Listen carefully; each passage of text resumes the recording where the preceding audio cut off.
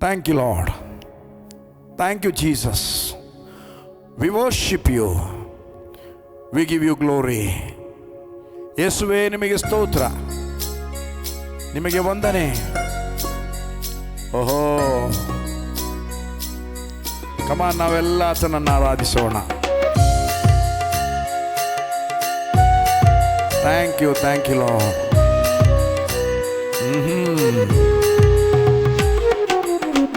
Yes, Lord. Yesu, ನಿಮ್ಮ ಸ್ತುತಿಸುವೆನು, ನಿನ್ನ ನಾಮವ ಕೀರ್ತಿಸುವೆ. ಯೇಸು, ಯೇಸು, ಯೇಸು, ಯೇಸು, ಯೇಸು, ನಿಮ್ಮ ಸ್ತುತಿಸುವೆನು, ನಿನ್ನ ನಾಮವ ಕೀರ್ತಿಸುವೆ. ಎಲ್ಲ ನಾಮದಲ್ಲಿ ಯೇಸು ನಿನ್ನ ನಾಮವು, ಎಲ್ಲ ನಾಮದಲ್ಲಿ ಯೇಸು ನಿನ್ನ ನಾಮವು ಮಧುರ ಮಧುರ ಮಧುರ ಮಧುರ. ಪ್ರಿಯ ಪ್ರಿಯ ಪ್ರಿಯ ಪ್ರಿಯ ಮಧುರ ಪ್ರಿಯ ಶ್ರೇಷ್ಠವರದು. ಯೇಸು ನಿನ್ನ ಸ್ತುತಿಸುವೆವು, ನಿಮ್ಮ ನಾಮವ ಕೀರ್ತಿಸುವೆ. ಯೇಸು, ಯೇಸು, ಯೇಸು, ಯೇಸು, ಯೇಸು, ನಿಮ್ಮ ಸ್ತುತಿಸುವೆವು, ನಿಮ್ಮ ನಾಮವ ಕೀರ್ತಿಸುವೆ. ಯೇಸು ನಿಮ್ಮ ನಾಮಕ್ಕೆ ಪ್ರತಿಯೊಂದು ನಾಮವು, ಯೇಸು ನಿಮ್ಮ ನಾಮಕ್ಕೆ ಪ್ರತಿಯೊಂದು ನಾಮವು, ಯೇಸು ನಿಮ್ಮ ನಾಮಕ್ಕೆ ಪ್ರತಿಯೊಂದು ನಾಮವು, ಯೇಸು ನಿಮ್ಮ ನಾಮಕ್ಕೆ ಪ್ರತಿಯೊಂದು ನಾಮವು. ಶಾಸ್ತ್ರಾಂಗ ಏರಾಗಿ,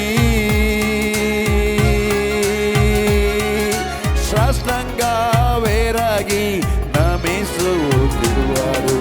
ಯೇಸು ನಿಮ್ಮ ಸ್ತುತಿಸುವೆವು, ನಿಮ್ಮ ನಾಮವ ಕೀರ್ತಿಸುವೆ. ಯೇಸು, ಯೇಸು, ಯೇಸು, ಯೇಸು, ಯೇಸು, ನಿಮ್ಮ ಸ್ತುತಿಸುವೆವು, ನಿಮ್ಮ ನಾಮವ ಕೀರ್ತಿಸುವೆ. ಯೇಸು ನಿಮ್ಮ ನಾಮದಲ್ಲಿ ರೋಗವಾಸಿಯಾಗುವುದು, ಯೇಸು ನಿಮ್ಮ ನಾಮದಲ್ಲಿ ರೋಗವಾಸಿಯಾಗುವುದು, ಯೇಸು ನಿಮ್ಮ ನಾಮದಲ್ಲಿ ರೋಗವಾಸಿಯಾಗುವುದು, ಯೇಸು ನಿಮ್ಮ ನಾಮದಲ್ಲಿ ರೋಗವಾಸಿಯಾಗುವುದು. ಶಾಂತಿ ಕೃಪೆಯೋ, ಶಾಂತಿ ಕೃಪೆಯೋ ನಿಮ್ಮ ನಾಮದಲ್ಲಿ. ಯೇಸು ನಿಮ್ಮ ಸ್ತುತಿಸುವೆವು, ನಿಮ್ಮ ನಾಮವ ಕೀರ್ತಿಸುವೆ. ಯೇಸು, ಯೇಸು, ಯೇಸು, ಗ್ಲೋರಿ ಗ್ಲೋರಿ ಗ್ಲೋರಿ. ಯೇಸು, ಯೇಸು, ನಿಮ್ಮ ಸ್ತುತಿಸುವೆವು, ನಿಮ್ಮ ನಾಮವ ಕೀರ್ತಿಸುವೆ.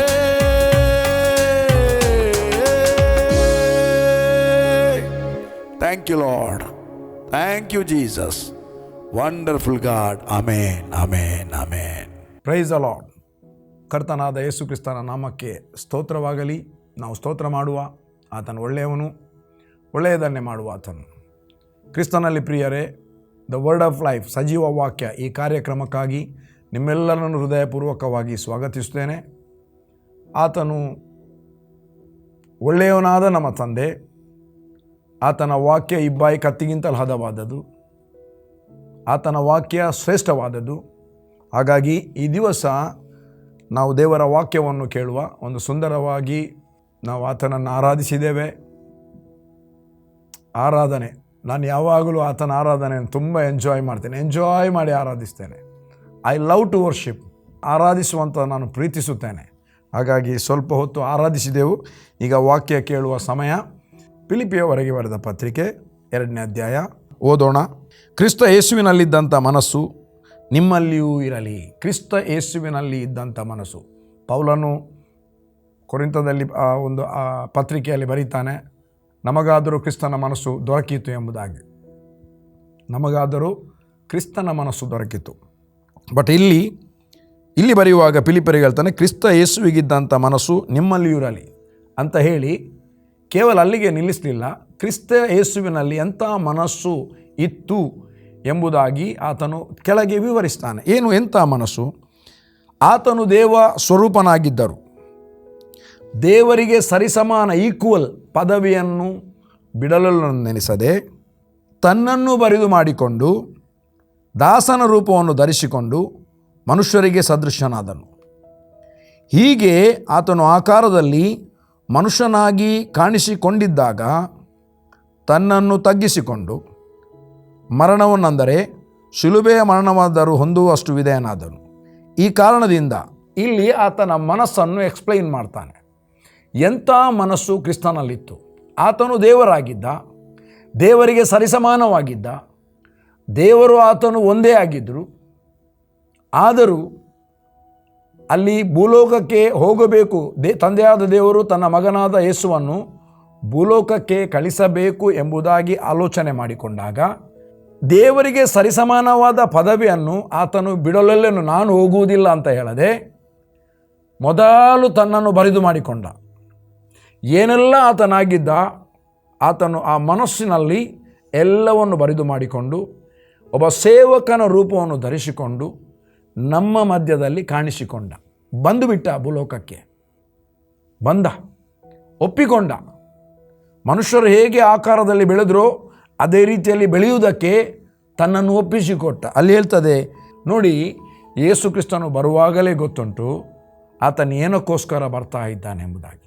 ಶಿಲುಬೆಯ ಮರಣವನ್ನು ಅನುಭವಿಸಿ ಆದಾಮನು ಕಳಕೊಂಡದನ್ನು ಸೈತಾನನ್ನು ಸೋಲಿಸಿ ಕತಾರ್ಜಿಯ ಮಾಡಿ ಆತನಿಂದ ಬಲಾತ್ಕಾರದಿಂದ ಅದನ್ನು ಕಿತ್ತುಕೊಳ್ಳುವುದಕ್ಕೋಸ್ಕರ ಶಿಲುಬೆಯ ಮರಣವನ್ನು ಅನುಭವಿಸಬೇಕಿತ್ತು. ಆ ಶಿಲುಬೆಯ ಮರಣವನ್ನು ಹೊಂದುವುದಕ್ಕೋಸ್ಕರ ಬಂದಿದ್ದಾನೆ. ಹೊರಡುವಾಗಲೇ ಗೊತ್ತುಂಟು ನಾನು ಹೋಗಿ ಏನು ಮಾಡಲಿಕ್ಕೆ ಇದೆ ಎಂಬುದಾಗಿ. ಆದರೆ ಆತನು ದೇವರಿಗೆ ಸರಿಸಮಾನವಾದ ಪದವಿಯನ್ನು ಬಿಡಲೊಲ್ಲು ನೆನೆಸದೆ ಓಕೆ ನಾನು ಹೋಗ್ತೇನೆ ಅಂತ ತಗ್ಗಿಸಿಕೊಂಡು ಸಂಪೂರ್ಣವಾಗಿ ಬರಿದು ಮಾಡಿಕೊಂಡು ದಾಸನ ರೂಪವನ್ನು ಧರಿಸಿಕೊಂಡು ಮನುಷ್ಯರ ಮಧ್ಯದಲ್ಲಿ ಪ್ರತ್ಯಕ್ಷನಾದನು. ಎಷ್ಟು ವಿಧೇಯನಾದನಂದರೆ ಹೇಳ್ತದೆ, ಆತನ ಮನಸ್ಸು ಎಷ್ಟು, ಕ್ರಿಸ್ತನ ಮನಸ್ಸು ಹೇಗಿತ್ತಂದರೆ ಆ ಶಿಲುಬೆಯ ಮರಣವನ್ನು ಹೊಂದುವಷ್ಟರಷ್ಟಿಗೆ ಮಟ್ಟಿಗೆ ಆತನು ತನ್ನನ್ನು ಪೂರ್ಣವಾಗಿ ತಗ್ಗಿಸಿಕೊಂಡ, ಪೂರ್ಣವಾಗಿ ವಿಧೇಯನಾದ. ಶಿಲುಬೆಯ ಮರಣಕ್ಕೆ ಒಪ್ಪಿಸಿ ಕೊಡುವಷ್ಟರಷ್ಟಿಗೆ, ಶಿಲುಬೆಯ ಮರಣಕ್ಕೆ ಒಪ್ಪಿಸಿ ಕೊಡುವಷ್ಟು ಅದರ ಮಟ್ಟಿಗೆ ಆತನು ವಿಧೇಯನಾಗಿ ಬಿಟ್ಟ. ಮುಂದೆ ಹೇಳ್ತದೆ, ಈ ಕಾರಣದಿಂದ, ಯಾವ ಕಾರಣದಿಂದ? ಈ ಕಾರಣದಿಂದ ಪ್ರಿಯರೇ, ದೇವರು ಆತನನ್ನು, ನಮ್ಮ ತಂದೆಯಾದ ದೇವರು ಆತನನ್ನು ಅಂದರೆ ಯೇಸುವನ್ನು ಅತೀ ಉನ್ನತ ಸ್ಥಾನಕ್ಕೆ ಏರಿಸಿ ಎಲ್ಲ ಹೆಸರುಗಳಿಂದ, ಈ ಭೂಲೋಕದಲ್ಲಿ ಏನೆಲ್ಲ ಹೆಸರಿದೆ, ರೋಗಕ್ಕೆ ಕೂಡ ಅನೇಕ ಹೆಸರಿದೆ, ಡಿಮೋನ್ಗಳಿಗೆ ಹೆಸರಿದೆ, ಅನೇಕ ಹೆಸರುಗಳು ಡಿಮೋನ್ಗಳಿಗೆ ಇದೆ. ಎಲ್ಲ ಹೆಸರುಗಳಿಗಿಂತ ಭೂಲೋಕದಲ್ಲಿ ಏನೆಲ್ಲ ಹೆಸರಿದೆ ಆ ಎಲ್ಲ ಹೆಸರಿಗಿಂತ ಅತಿ ಉನ್ನತವಾದ ಪದವಿಯನ್ನು ಅಥವಾ ಹೆಸರನ್ನು ಕರ್ತನಾದ ಯೇಸುವಿಗೆ ಕೊಟ್ಟನು. ಮುಂದೆ ಹೇಳ್ತದೆ, ಆದದರಿಂದ ಶ್ರೇಷ್ಠವಾದ ಹೆಸರನ್ನು ಕೊಟ್ಟನಂತೆ. ಆದದರಿಂದ ಸ್ವರ್ಗ, ಎರಡನೇದು ಮರ್ತ್ಯ ಭೂಲೋಕ, ಪಾತಾಳ ನರಕಲೋಕ, ಈ ಮೂರು ಲೋಕ ಅದರಲ್ಲಿರುವವರೆಲ್ಲರೂ ಯೇಸುವಿನ ಹೆಸರಿಗೆ ಅಡ್ಡ ಬಿದ್ದು, ಯಾವುದಕ್ಕೆ? ಕೇವಲ ಯೇಸುವಿಗೆ ಅಲ್ಲ, ನಮ್ಮ ಕರ್ತನಾಗಿರುವ ಯೇಸು ಕ್ರಿಸ್ತನ ಹೆಸರಿಗೆ ಅಡ್ಡಬಿದ್ದು ಯೇಸು ಕ್ರಿಸ್ತನನ್ನು ಒಡೆಯನೆಂದು ಪ್ರತಿಜ್ಞೆ ಮಾಡಿ ತಂದೆಯಾದ ದೇವರಿಗೆ ಘನಪಡಿಸ್ತಾನೆ. ನನ್ನ ಪ್ರಿಯ ದೇವಜನರೇ, ಈ ಭೂಲೋಕದಲ್ಲಿ ಯಾರೇ ಒಬ್ಬ, ಯಾವನೇ ಆಗಲಿ, ಅವನು ತಂದೆಯಾದ ದೇವರಿಗೆ ಘನಪಡಿಸಲಿಕ್ಕೆ ಆಗುವುದು ಯಾವಾಗ, ಹೇಗೆ ಅಂದರೆ ಕರ್ತನಾದ ಯೇಸುವನ್ನೇ ಕ್ರಿಸ್ತನೆಂದು ಪ್ರತಿಜ್ಞೆ ಮಾಡುವಾಗ. ಒಬ್ಬ ವ್ಯಕ್ತಿ ಕರ್ತನಾದ ಯೇಸುವನ್ನೇ ಕ್ರಿಸ್ತನೆಂದು ಪ್ರತಿಜ್ಞೆ ಮಾಡುವಾಗ ತಂದೆಯಾದ ದೇವರಿಗೆ ಘನತೆ ಉಂಟಾಗುತ್ತದೆ. ಇಲ್ಲಿ ಯೇಸು ತಂದೆಯಾದ ದೇವರಿಗೆ ಪೂರ್ಣವಾಗಿ ವಿಧೇಯನಾದ. ಈಗ ಈ ಪೂರ್ಣವಾಗಿ ವಿಧೇಯನಾದದಕ್ಕೆ ದೇವರು, ಭೂಮಿ ಆಕಾಶ ಉಂಟು ಮಾಡಿದ ದೇವರು, ಆತನ ಒಬ್ಬನೇ ಮಗನಾಗಿರುವ ಯೇಸುವಿನ ಹೆಸರನ್ನು ಅತೀ ಉನ್ನತಕ್ಕೆ ಏರಿಸಿ ಎಲ್ಲ ಸ್ವರ್ಗ ಮರ್ತ್ಯ ಪಾತಾಳ ಮೂರು ಲೋಕ ಆತನ ನಾಮಕ್ಕೆ ಅಡ್ಡ ಬೀಳುವ ಹಾಗೆ ದೇವರು ಯೇಸುವಿನ ಹೆಸರನ್ನು ಅತ್ಯುನ್ನತಕ್ಕೆ ಏರಿಸಿದ್ದಾನೆ. ಪ್ರಿಯರೇ, ಯೇಸುವಿನ ಎಷ್ಟು ಉನ್ನತವಾದದಂದರೆ ನಾನು ಮುಂದೆ ನಿಮಗೆ ತೋರಿಸ್ಬೋದು. 4ನೇ ಅಧ್ಯಾಯ 12ನೇ ವಚನ ಅಪೊಸ್ತಲ ಕೃತ್ಯದಲ್ಲಿ ಹೇಳ್ತದೆ. ಅದನ್ನು ಓದುವ. ಭೂಲೋಕಕ್ಕೆ ರಕ್ಷಣೆ ಇರುವುದು ಅದು ಒಂದೇ ಹೆಸರಿನಿಂದ. ಅಪೊಸ್ತಲ ಕೃತ್ಯ 4ನೇ ಅಧ್ಯಾಯ 12ನೇ ವಚನ. ಇಬ್ರಿಯ 4:12 ವಾಕ್ಯದ ಬಗ್ಗೆ ಶ್ರೇಷ್ಠತೆ ಬರೆದಿದೆ. ಇದು 4:12 ಯೇಸು ಕ್ರಿಸ್ತನ ಬಗ್ಗೆ ಶ್ರೇಷ್ಠತೆಯನ್ನು ಬರೆದಿದೆ. Very nice. 12 ಬರಬೇಕಾದ ರಕ್ಷಣೆಯು ಇನ್ಯಾರಲ್ಲಿಯೂ ಸಿಗುವುದಿಲ್ಲ. ಯಾರಲ್ಲಿ ಕೂಡ ರಕ್ಷಣೆ ಇಲ್ಲ. ಮತ್ತೆ ಯಾರಲ್ಲಿ? ಆ ಹೆಸರಿನಿಂದಲೇ ಹೊರತು ಆಕಾಶದ ಕೆಳಗೆ ಮನುಷ್ಯರೊಳಗೆ ಕೊಡಲ್ಪಟ್ಟಿರುವ ಬೇರೆ ಯಾವ ಹೆಸರಿನಿಂದಲೂ ನಮಗೆ ರಕ್ಷಣೆಯಾಗುವುದಿಲ್ಲ. ಹಾಗಾದರೆ ಬರಬೇಕಾದ ರಕ್ಷಣೆಯು ಒಂದೇ ಒಂದು ನಾಮದಿಂದ, ಅದು ನಮಗೆ ಕೊಡಲ್ಪಟ್ಟಿರುವಂಥ ನಮ್ಮ ಕರ್ತನಾದ ಯೇಸು ಕ್ರಿಸ್ತನ ಒಂದೇ ನಾಮ, ಯೇಸುವಿನ ಒಂದೇ ನಾಮ. ಒಬ್ಬ ವ್ಯಕ್ತಿ ಅಂಧಕಾರದ ದೊರೆತನದಿಂದ ಬಿಡುಗಡೆ ಹೊಂದಬೇಕಾದರೆ, ಯೇಸು ಕ್ರಿಸ್ತನ ರಾಜ್ಯದೊಳಗೆ ಸೇರಬೇಕಾದರೆ, ಫಲಭರಿತವಾದ ಜೀವಿತ ಮಾಡಬೇಕಾದರೆ, ರಕ್ಷಣೆ ಹೊಂದಬೇಕಾದರೆ, ಸೈತಾನನ ಬಂಧದಿಂದ ಬಿಡುಗಡೆ ಹೊಂದಿ ಯೇಸು ಕ್ರಿಸ್ತನ ರಾಜ್ಯದೊಳಗೆ ಸೇರುವಂಥದ್ದೇ ರಕ್ಷಣೆ. ಆ ವ್ಯಕ್ತಿಯ ಒಳಗೆ ಪವಿತ್ರಾತ್ಮನು ಬರುತ್ತಾನೆ. ಈ ಕಾರ್ಯ ನಡೆಯುವಂಥದ್ದು ಕೇವಲ ಒಂದೇ ಹೆಸರಿನಿಂದ, ಅದು ಬೇರೆ ಯಾವ ಹೆಸರಿನಿಂದ ಅಲ್ಲ. ಅದು ನಮ್ಮ ಕರ್ತನಾಗಿರುವ ಯೇಸುವಿನ ಹೆಸರಿನಿಂದಲೇ, ಆ ಯೇಸುವಿನ ಹೆಸರಿನಿಂದಲೇ ರಕ್ಷಣೆ ಆಗುವಂಥದ್ದು. ಮತ್ತು ಪುನಃ ಅನೇಕ ಸಂಗತಿಗಳನ್ನು ನಾವು ನೋಡ್ಬೋದು. ಅಪೊಸ್ತಲ ಕೃತ್ಯ 3ನೇ ಅಧ್ಯಾಯ 16ನೇ ವಚನ. ಅಲ್ಲಿ ಪೇತ್ರ ಮತ್ತು ಯೋಹಾನರು, ನಿಮಗೆ ಅದೆಲ್ಲ ಇನ್ಸಿಡೆಂಟ್ ಗೊತ್ತಿದೆ. ಸುಂದರ ದ್ವಾರದ ಬಳಿಯಲ್ಲಿ ಹೊರಗಡೆ ಆತನು ಕೂತಿದ್ದ ಒಬ್ಬ ಯಾರು, ಪೇತ್ರ ಯೋಹಾನರು ಹೋಗುವಾಗ ಭಿಕ್ಷೆ ಬೇಡುವಂಥ ವ್ಯಕ್ತಿ. ಅವನಿಗೆ ಯೇಸುವಿನ ಕ್ರಿಸ್ತನ ಹೆಸರನ್ನು ಉಪಯೋಗ ಮಾಡಿದರು. ಅವನಿಗೆ ಕಾಲು ಬಂತು. ಅವನು ನಡೆದಾಡಿದಂಥ ಮಾತ್ರ ಬರೀಲಿಲ್ಲ, ಅವನು ಕುಣಿದಾಡಿದಂಥ ಬರೆದಿದೆ. ಕಾಲಿಲ್ಲದವನು ಕಾಲು ಬಂದು ಕುಣಿದಾಡ್ತಾ ಇದ್ದಾನೆ, ಕುಂಟನು ಕುಣಿದಾಡ್ತಾ ಇದ್ದಾನೆ. ಕಾಲು ಬಂತು, ಅವನಿಗೆ ಕಾಲು ಅನುಗ್ರಹ ಆಯಿತು, ಒದಗಿಸಲ್ಪಟ್ಟಿತು. ಪ್ರಿಯ ದೇವಜನರೇ, ಈಗ ಸಮಸ್ಯೆ ಆಯಿತು. 40 ವರ್ಷ ಕಾಲಿಲ್ಲದಾಗ ಒಬ್ಬನೂ ಮಾತಾಡಲಿಲ್ಲ, ಏನು ಪ್ರಾಬ್ಲಮ್ ಇಲ್ಲ. ಈಗ ಅವನನ್ನು ಆ ಆಲಯದ ಒಳಗೆ ನೋಡಿ, ಅವನು ನಡೆಯುವುದನ್ನು ನೋಡಿ ಭಯಂಕರ ಸಿಟ್ಟು. ಹೇಗೆ ಆಯಿತು ಅಂದರೆ ಯೇಸು ಗುಣ ಮಾಡಿದ ಅಂತ ಸ್ಪ್ರೆಡ್ ಆಗಿದೆ. ಅವರೆಲ್ಲರೂ ವಿಚಿತ್ರವಾಗಿ ಕೆಲವರು ನೋಡುತ್ತಾರೆ, ಅವನನ್ನು ನೋಡ್ತಾ ಇದ್ದಾರೆ. ಯಾರನ್ನು? ಪೇತ್ರ ಮತ್ತು ಯೋಹಾನನ್ನು ನೋಡ್ತಾ ಇದ್ದಾರೆ. ಅದಕ್ಕೆ 3ನೇ ಅಧ್ಯಾಯ 16ನೇ ವಚನವನ್ನು ಓದುವ. ನೀವು ನೋಡುವಂಥ, ನಿಮಗೆ ಗುರುತಿರುವಂಥ ಈ ಮನುಷ್ಯನು ನೆಟ್ಟದಾದಕ್ಕೆ ಆತನ ಹೆಸರಿನಲ್ಲಿ, ಯೇಸುವಿನ ಹೆಸರಿನಲ್ಲಿ ಇಟ್ಟಂಥ ನಂಬಿಕೆಯೇ ಕಾರಣ. ಎಂಥ ಒಂದು ಎಕ್ನಾಲಜ್ಮೆಂಟ್ ನೋಡಿ. ಅವರು ಕೈ ಹಿಡಿದ್ರು, ಯೇಸುವಿನ ಹೆಸರಿನಲ್ಲಿ ಮಾತಾಡಿದರು, ಎದ್ದು ನಡೆ ಅಂತ ಹೇಳಿದರು. ಇವರು ಕೈ ಹಿಡಿದು ಎಳೆಯುವಾಗ ಗುಣ ಆದ, ಯೇಸುವಿನ ಹೆಸರಿನಲ್ಲಿ ಗುಣ ಆದ. ಈಗ ನಾವು ಗುಣ ಮಾಡಿದಂತ ಹೇಳ್ತಾ ಇಲ್ಲ. ಯಾಕೆ? ಅವರಿಗೆ ಗೊತ್ತಿತ್ತು ನಮ್ಮಿಂದ ಗುಣ ಆದದಲ್ಲ, ಯೇಸು ಕ್ರಿಸ್ತನ ಹೆಸರಿನಿಂದ ಗುಣ ಆದದ್ದು. ಇವತ್ತು ನಾನು ಯೇಸು ಕ್ರಿಸ್ತನ ಹೆಸರನ್ನು ಉಪಯೋಗಿಸಿ ನನ್ನನ್ನು ಪಬ್ಲಿಷ್ ಮಾಡುವುದಲ್ಲ, ಯೇಸುವನ್ನು ಪಬ್ಲಿಕ್ ಮಾಡಬೇಕು. ಯಾಕೆ?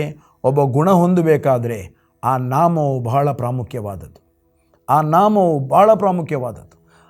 ಆ ಹೆಸರನ್ನು ಯಾರು ಉಪಯೋಗಿಸಲಿಕ್ಕೆ ಆಗ್ತದೆ ಅಂದರೆ, ಆ ಹೆಸರನ್ನು ಉಪಯೋಗಿಸಲಿಕ್ಕೆ ಆಗುವಂಥದ್ದು ಯೇಸು ಕ್ರಿಸ್ತನಲ್ಲಿ ನಂಬಿಕೆ ಇಟ್ಟು ತಂದೆಯಾದ ದೇವರಿಗೆ ಮಕ್ಕಳಾಗಿ ಯಾರು ಹುಟ್ಟಿದ್ದಾರೋ, ರಕ್ಷಣೆಯನ್ನು ಹೊಂದಿದ್ದಾರೋ ಅವರಿಗೆ ಮಾತ್ರ ಆ ಹೆಸರನ್ನು ಉಪಯೋಗಿಸಲಿಕ್ಕೆ ಆಗುವುದು. ಒಂದು ದಿವಸ ಅಪೊಸ್ತಲರು ಪೌಲ ಮತ್ತು ಸೀಲರು ಆ ಯೇಸುವಿನ ಹೆಸರನ್ನು ಉಪಯೋಗಿಸ್ತಾ ಇದ್ದರು, ಅನೇಕರು ಗುಣ ಹೊಂದ್ತಾ ಇದ್ದರು. ಇದನ್ನೆಲ್ಲ ನೋಡಿ ಒಬ್ಬ ಸ್ಕೇವ ಎಂಬ ಸ್ಕೇವ ಅವನ ಮಕ್ಕಳು ಅವರಲ್ಲಿ ಮಂತ್ರವಾದಿಗಳೆಲ್ಲ ಅವರು ನೋಡಿದರು ಈ ಮಂತ್ರದಿಂದ ಗುಣಪಡಿಸಲಿಕ್ಕೆ ತುಂಬ ಖರ್ಚು ಇದೆ. ಬಟ್ ಅವರು ಏನು ಮಾಡಿದ್ರು ಅಂದರೆ ಇದು ಭಾಳ ಈಸಿ. ಈಗ ಹೇಳ್ತಾರೆ, ಪೌಲನು ಸೇವಿಸುವ ಯೇಸುವಿನ ಆಣೆ, ದೆವ್ವವೇ ಇವನನ್ನು ಬಿಟ್ಟು ಹೋಗು ಅಂತ ಅವರು ಆರ್ಡರ್ ಮಾಡ್ತಾ ಇದ್ದಾರೆ. ಆಗ ಆ ಯಾವ ವ್ಯಕ್ತಿಯ ಒಳಗೆ ದೆವ್ವ ಇತ್ತ ಆ ವ್ಯಕ್ತಿಯ ಒಳಗಿದ್ದ ದೆವ್ವವನ್ನು ಬಿಡಿಸಲಿಕ್ಕೆ ಸ್ಕೇವನ ಮಕ್ಕಳು ಯೇಸುವಿನ ಹೆಸರನ್ನು ಉಪಯೋಗಿಸಿದರು. ಹೇಗೆ ಉಪಯೋಗಿಸಿದರು? ಪೌಲನು ಮತ್ತು ಸೀಲನು, ಅಂದರೆ ಪೌಲನು ಸೇವಿಸುವ ಯೇಸುವಿನ ಆಣೆ. ಅವರಿಗೆ ಗೊತ್ತುಂಟು ಪೌಲನು ಯೇಸುವನ್ನು ಸೇವಿಸ್ತಾನೆ. ಇವತ್ತು ದುರಾತ್ಮಗಳಿಗೆ ಗೊತ್ತಿರಬೇಕು ನಾನು ಯೇಸುವನ್ನೇ ಸೇವಿಸ್ತಾ ಇದ್ದೇನೆ. ದುರಾತ್ಮಗಳಿಗೆ ಗೊತ್ತಿರಬೇಕು ಪ್ರತಿಯೊಬ್ಬರು ಯೇಸುವಿನಲ್ಲಿ ಇದ್ದಾರೆ. 100% ಬಾರ್ನೆಗೇನಾದ ವ್ಯಕ್ತಿಯಲ್ಲಿ ಒಳಗೆ ಯೇಸು ಇದ್ದಾನೆ, ಪವಿತ್ರಾತ್ಮನಿದ್ದಾನೆ. ದುರಾತ್ಮಗಳಿಗೆ ಗೊತ್ತಿರ್ತದೆ. ಅವುಗಳು ಈ ವ್ಯಕ್ತಿಯೊಳಗಿತ್ತಲ್ಲ, ಸ್ಕೇವನ ಮಕ್ಕಳು ಬಂದು ಪೌಲನು ಸೇವಿಸುವ ಯೇಸುವಿನ ಆಣೆ ಹಾಕಿ ಆ ಯೇಸುವಿನ ನಾಮವನ್ನು ಉಪಯೋಗಿಸಿ ದೆವ್ವವನ್ನು ಓಡಿಸಲಿಕ್ಕೆ ನೋಡ್ತಾನೆ. ಆದರೆ ಅಲ್ಲಿ ಏನಾಯಿತು ಗೊತ್ತಾ? ಇವನ ಒಳಗೆ ಯೇಸು ಇಲ್ಲ ಅಂತ ಅವುಗಳಿಗೆ ಗೊತ್ತು. ಅವನು ಹೇಳ್ತಾನೆ, ಪೌಲನು ಗೊತ್ತು ನೋಡಿ ಎಂಥ ಒಂದು ಸ್ಟೇಟ್ಮೆಂಟ್ ಆ ದೆವ್ವದ ಬಾಯಲ್ಲಿ ಬಿಬ್ಲಿಕಲಿ ವರ್ಡ್. ಪೌಲನು ಗೊತ್ತು, ಪೌಲನು ಸೇವಿಸುವ ಯೇಸು ಗೊತ್ತು, ನೀನು ಯಾರಂತ ಅವನ ಮೇಲೆ ಬಿದ್ದು ಅವನ ಬಟ್ಟೆಗಳನ್ನು ಹರಿದು ಅವರನ್ನು ಬತ್ತಲೆ ಮಾಡಿಬಿಟ್ಟವು ಸ್ಕೇವನ ಮಕ್ಕಳನ್ನು. ಅದಕ್ಕಾಗಿ ಪ್ರಿಯರೇ, ದೇವರಿಂದ ಹುಟ್ಟಿರುವಂಥ ಯಾವುದೇ ದೇವ ಮಕ್ಕಳು ಅವರು ದೇವರ ಮಕ್ಕಳು, ದೇವರ ಮಗನಾತ್ಮ ಇದೆ, ಅವರು ಪವಿತ್ರಾತ್ಮನಿಂದ ಹುಟ್ಟಿದ್ದಾರೆ. ಅವರಿಗೆ ಸಂಪೂರ್ಣ ಅಧಿಕಾರ ಇದೆ ದೆವ್ವದ ಮೇಲೆ. ಅದು ಮೊನ್ನೆ ಹುಟ್ಟಿದ ವ್ಯಕ್ತಿಯೇ ಆಗಿರ್ಬೋದು, ಅವನಿಗೆ ದೇವರಿಂದಾಗಿ ಕ್ರಿಸ್ತನಲ್ಲಿ ಅವನಿಗೆ ಅಧಿಕಾರ ಇದೆ. ಆ ಕ್ರಿಸ್ತನಲ್ಲಿ ಅವನಿಗೆ ಕೊಡಲ್ಪಟ್ಟ ಅಥಾರಿಟಿಯನ್ನು ಅವನು ಉಪಯೋಗಿಸ್ಬೋದು. ದೆವ್ವಗಳು ಅವರಿಗೆ ಅಧೀನವಾಗ್ತವೆ. ಅದಕ್ಕೆ ಯೇಸು ಲೂಕನು ಬರೆದ ಸುವಾರ್ತೆಯ 10ನೇ ಅಧ್ಯಾಯದಲ್ಲಿ 70 ಮಂದಿಯನ್ನು ಅನಾಯಿಂಟ್ ಮಾಡಿ ಕಳಿಸಿದ, ಇಬ್ಬರಾಗಿ ಕಳಿಸಿದ. ಅವರು ಹೋದರು, ಸೇವೆ ಮಾಡಿದರು, ಓಡಿ ಬಂದರು, ಸ್ವಾಮಿ ನಿಮ್ಮ ಹೆಸರಿಗೆ ದೆವ್ವಗಳು ನಮಗೂ ಅಧೀನವಾಗ್ತದೆ ಎಂಬುದಾಗಲಿ. ಯಾರ ಹೆಸರಿಗೆ?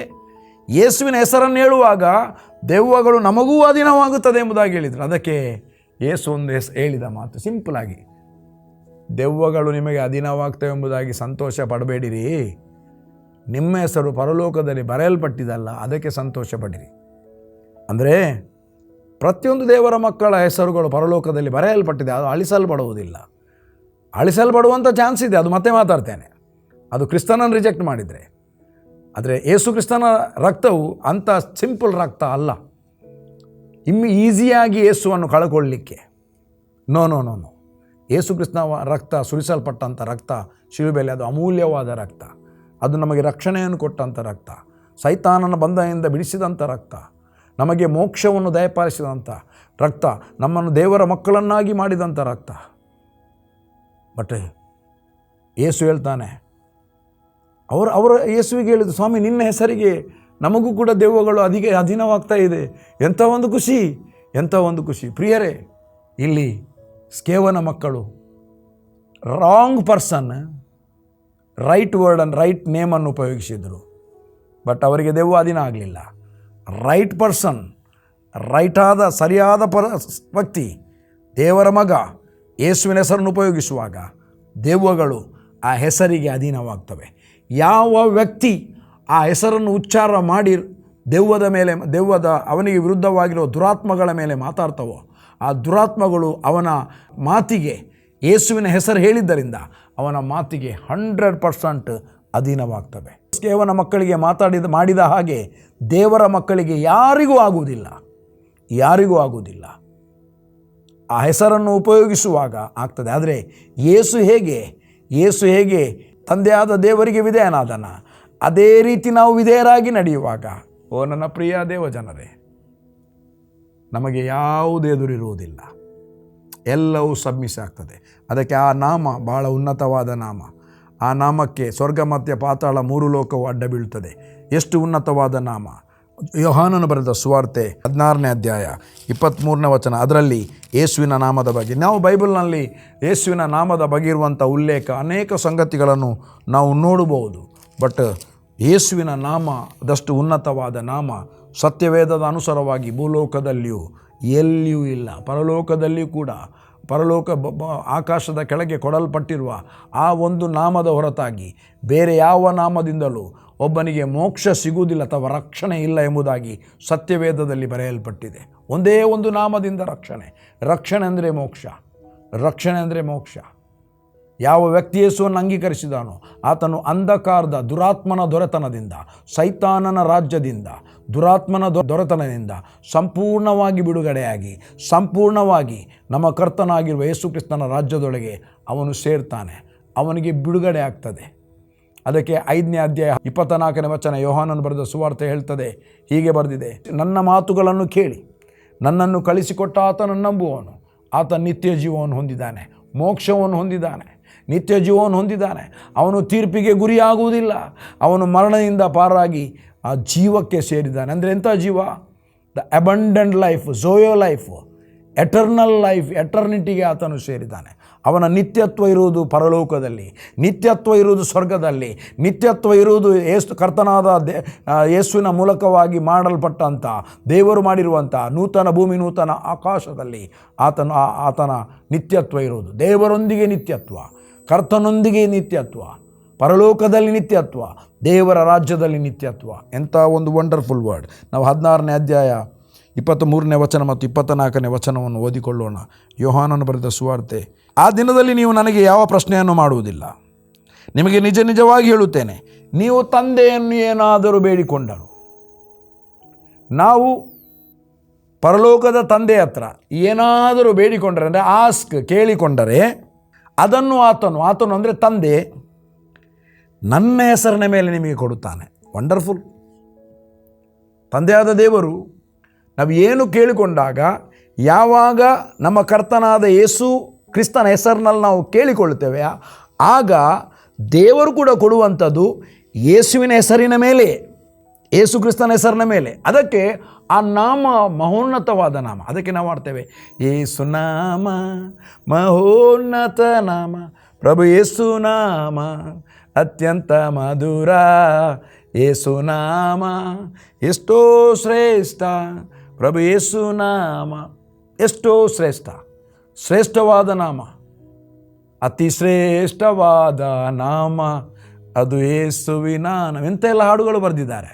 ಯಾಕೆ ಆ ಹಾಡುಗಳು ಬರೀಲಿಕ್ಕೆ ಕಾರಣ? ಯೇಸು ಕ್ರಿಸ್ತನ ನಾಮ ಶ್ರೇಷ್ಠವಾದ ನಾಮ. ತಂದೆಯಾದ ದೇವರು ಕೂಡ ನಾವು ಕೇಳುವಂಥದ್ದನ್ನು ಕೊಡುವುದು ಯೇಸು ಕ್ರಿಸ್ತನ ನಾಮದ ಮೇಲೆ. ಅದಕ್ಕಾಗಿ ನಾವು ಯೇಸು ಕ್ರಿಸ್ತನ ನಾಮದಲ್ಲಿ ಪ್ರಾರ್ಥನೆ ಮಾಡಿದರೆ ತಂದೆಯಾದ ದೇವರು ಕೂಡ ಅದೇ ನಾಮದಲ್ಲಿ ನಮಗೆ ಒದಗಿಸಿಕೊಡ್ತಾನೆ, ಕೊಡ್ತಾನೆ.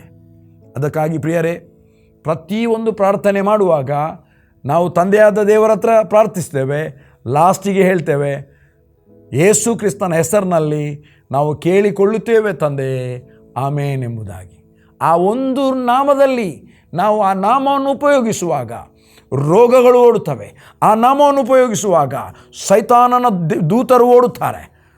ಎಲ್ಲವೂ ಸಬ್ಮಿಸಿವ್ ಆಗುತ್ತದೆ, ಎಲ್ಲವೂ ಸಬ್ಮಿಸಿವಿಗೆ ಬರ್ತದೆ. ಒಂದೇ ಒಂದು ನಾಮ, ಆಕಾಶದ ಕೆಳಗೆ ಕೊಡಲ್ಪಟ್ಟ ಒಂದೇ ಒಂದು ನಾಮ, ಅದು ಬೇರೆ ಯಾವ ನಾಮ ಅಲ್ಲ, ಅದು ಯೇಸುವಿನ ನಾಮವೇ ಪ್ರಿಯರೇ. ಅದಕ್ಕಾಗಿ ಆ ಯೇಸುವಿನ ನಾಮವನ್ನು ನಾವು ಮೇಲಕ್ಕೆತ್ತೋಣ, ಯೇಸುವಿನ ನಾಮವನ್ನು ಘನಪಡಿಸೋಣ. ಯೇಸುವಿನ ನಾಮವನ್ನು ಘನಪಡಿಸುವಾಗ ತಂದೆಯಾದ ದೇವರಿಗೆ ಮಹಿಮೆ ಆಗ್ತದೆ. ನಮ್ಮೊಳಗೆ ಪವಿತ್ರಾತ್ಮನಿದ್ದಾನೆ. ಯೇಸು ಹೇಳ್ತಾನೆ, ಪವಿತ್ರಾತ್ಮನ ಏನು ಮಾಡ್ತಾನೆಂದರೆ, ಪವಿತ್ರಾತ್ಮನು ಯೇಸುವನ್ನೇ ಮಹಿಮೆ ಪಡಿಸ್ತಾನೆ ಎಂಬುದಾಗಿ. ಪವಿತ್ರಾತ್ಮನಿಂದ ನಡೆಸಲ್ಪಡುವಾಗ ನಿಮ್ಮ ಜೀವಿತದಲ್ಲಿ ನೀವು ಅಥವಾ ಬೇರೆ ವ್ಯಕ್ತಿಗಳು ಮಹಿಮೆ ಹೊಂದುವುದಿಲ್ಲ. ನಿಮ್ಮ ಜೀವಿತದಲ್ಲಿ ಕರ್ತನಾದ ಯೇಸು ಮಾತ್ರ ಮಹಿಮೆ ಹೊಂದುತ್ತಾನೆ. Thank you lord. ಪ್ರಾರ್ಥನೆ ಮಾಡುವ. ತಂದೆಯಾದ ದೇವರೇ, ನಿನ್ನ ಘನವುಳ್ಳ ನಾಮಕ್ಕೆ ಸ್ತೋತ್ರವನ್ನು ಸಲ್ಲಿಸ್ತೇವೆ. ನೀನು ಒಳ್ಳೆಯವನು, ಒಳ್ಳೆಯದನ್ನೇ ಮಾಡುವ ಆತನು. ನಿನ್ನ ಕೃಪೆಯು ಶಾಶ್ವತವಾದದ್ದು.